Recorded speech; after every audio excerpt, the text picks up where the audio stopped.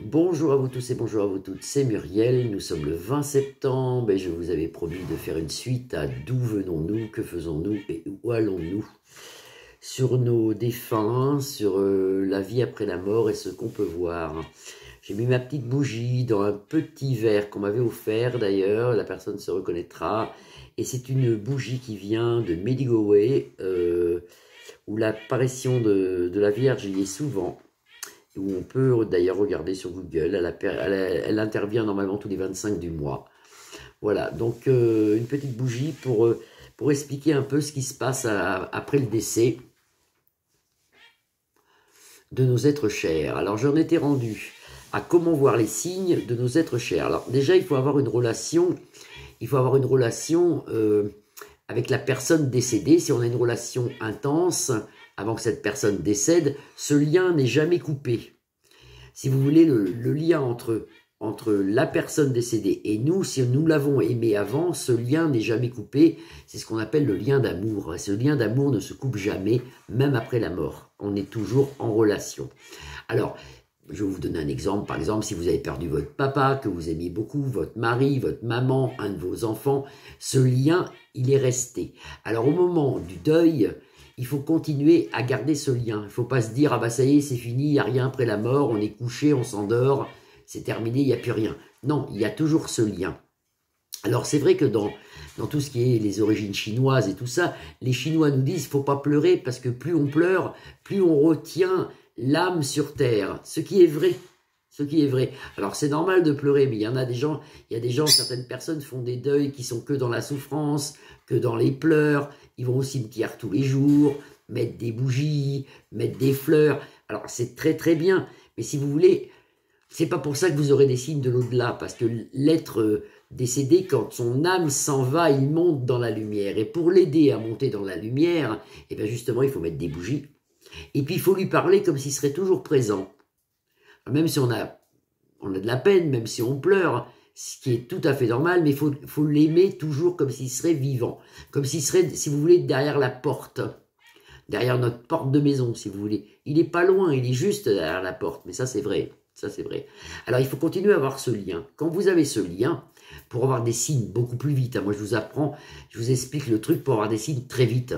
Maintenant après, si par exemple vous n'avez pas ce ressenti, si pour vous après la mort il n'y a plus rien, peut-être que vous n'aurez jamais de signes. Il faut garder ce lien d'amour qu'on a sur la terre pour pouvoir communiquer avec ces êtres qui sont dans l'au-delà, qui sont ailleurs, qui sont, si vous voulez, dans un autre plan que le nôtre, mais qui sont vivants.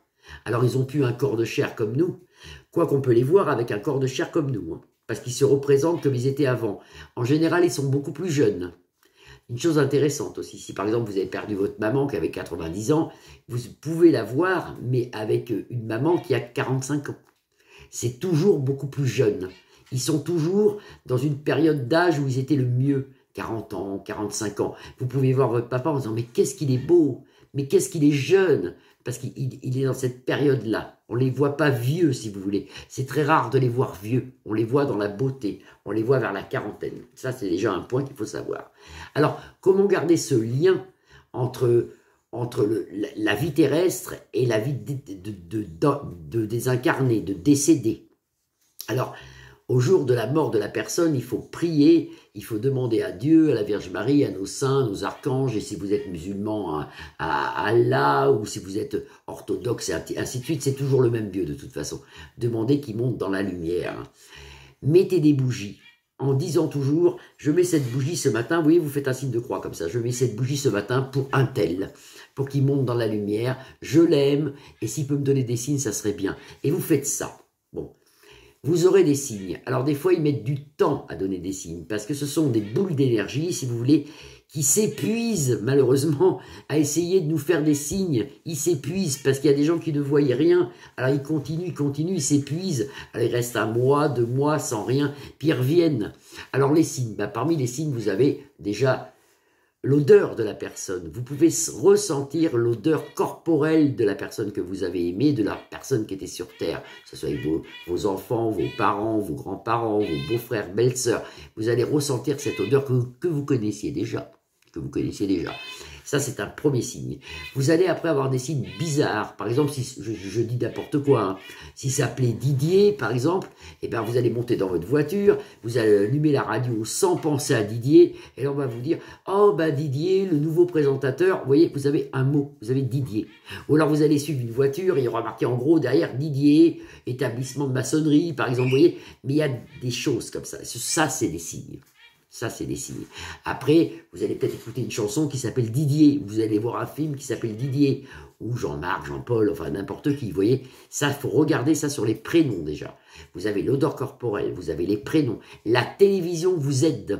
Quand vous allumez la télé, vous allez par exemple regarder BFM, hein, que je ne conseille pas, mais par exemple, et vous avez perdu une personne qui s'appelle Didier, et bien peut-être que vous allez avoir une réponse à la question que vous vous posez. Par exemple, est-ce que tu es au ciel, Didier? Et là, vous allez entendre, hier soir sur FR3, un orage venant du ciel s'appelant, ou un, je sais pas moi, une météo désastreuse, une tempête du nom de Didier arrive sur la France. Vous avez des mots comme ça qui reviennent tout le temps. Après, vous avez cette histoire de plume blanche ou grise. Moi, ce matin, par exemple, j'ai vu une plume grise. Magnifique. Qui descendait du ciel, il n'y avait pas d'oiseau, il n'y avait rien du tout. J'étais en prière, j'ai vu cette plume descendre. Bon, c'est un signe. Je l'ai gardée d'ailleurs, petite plumette comme ça. Je l'ai gardée, je l'ai mis dans mon jardin japonais. Les plumes, ce sont aussi des signes. Vous avez les plumes, vous avez les coquillages. Par exemple, vous allez aller sur la plage et vous allez voir, je ne sais pas, une formation de nuages, de sable, ou dans le ciel, une formation pardon, de nuages, qui peut représenter Didier. Didier ou Jean-Paul, ou je vous dis, j'ai pris un prénom au hasard. Hein. Ou un dé sur le sable. Il y a plein de choses comme ça. Ce sont des défunts qui essaient de nous dire, on est bien, on est tranquille, ne t'inquiète pas, et prie pour nous, et prie pour qu'on s'élève dans la lumière, et surtout, ce qui est très intéressant dans ce sujet-là, c'est que vous-même, vous pouvez prier vos défunts pour aller beaucoup plus vite dans une prière. Par exemple, je ne sais pas, vous cherchez du travail, vous ne trouvez pas de travail, vous n'avez pas d'argent, vous êtes au rouge, les banquiers vous appellent, et là vous allez prier la Vierge Marie, ou Sainte Rita, la Sainte des cas désespérés, qui est très douée d'ailleurs, ou Saint Expédie, qui va très vite, ou Jésus-Christ, ou Dieu. En connaissant une personne qui est décédée, et que vous savez que vous avez toujours ce lien d'amour qui est là, vous allez dire par exemple, Didier, fais en sorte que j'ai du travail, demande à la Vierge Marie, demande à Jésus, demande à un tel ou un tel, si vous êtes musulman, demande à Allah. Et vous allez voir comme quoi ça se réalise beaucoup plus vite. Et pourquoi ça se réalise plus vite? Parce que ces personnes décédées sont déjà là. Ils sont déjà dans le milieu de tout ce qui est spiritualité, divinité, beauté. Alors, il y a plein de signes. Excusez-moi, je tousse parce que j'ai une fin de Covid. Covid ou autre chose, parce que maintenant on ne sait plus, hein, bon, je sais que bon, mais voilà, ça on s'en fout, mais restez toujours au contact avec vos défunts, ça peut être votre arrière-grand-mère, parce qu'ils mettent quand même beaucoup de temps à se réincarner.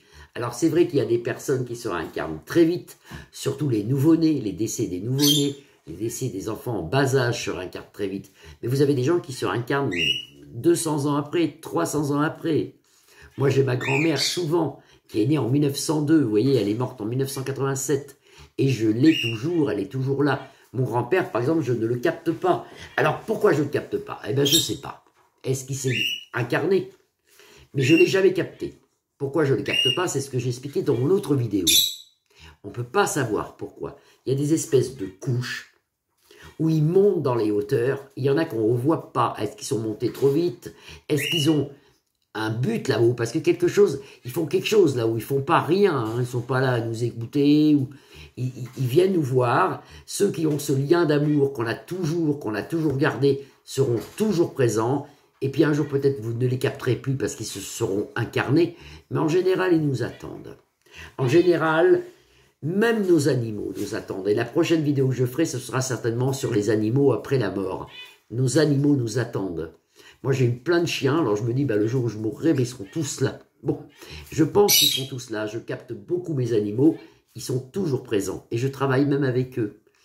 Ils m'aident. Quand je m'en vais en vacances, j'en ai une qui s'appelait Lilou, qui est une berger allemande, d'ailleurs mon teckel m'entend et aboie, et ma berger allemande, elle m'aide à garder ma maison, à garder mon jardin contre les malfaiteurs. Et je lui demande toujours d'être présente et elle est toujours présente.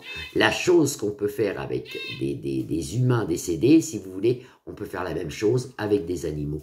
Et ça, je ferai une vidéo là-dessus, sur les décès des animaux, nos chers et tendres petits bébés de lumière qu'on aime beaucoup et qu'on est tellement triste quand ils partent. Alors, gardez ce lien d'amour. Là, c'est une petite vidéo, je suis déjà à 10 minutes, je vais être obligé de m'arrêter. Et j'en ferai d'autres comme ça, si ça peut aider les personnes qui sont dans le deuil et qui sont malheureux. Voilà, nous sommes donc vendredi, je vous fais des grosses bises, je vous souhaite un super week-end. Il fait beau, mais on attend beaucoup de pluie pour la Charente-Maritime. Alors, on va faire en sorte que tout se passe bien.